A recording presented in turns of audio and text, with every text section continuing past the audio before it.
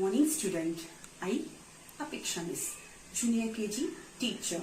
Today I will teach you a poem. Rain, rain, go away. Before start a poem, I want to show you some picture.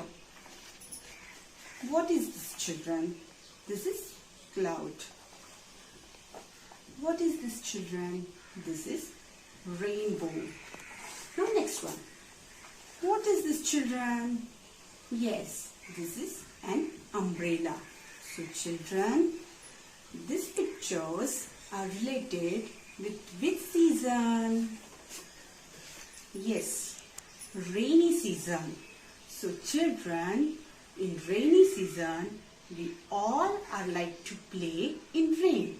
But our mummy and daddy doesn't allow us to play in rain. So we say to rain, rain, rain, go away, come again another day.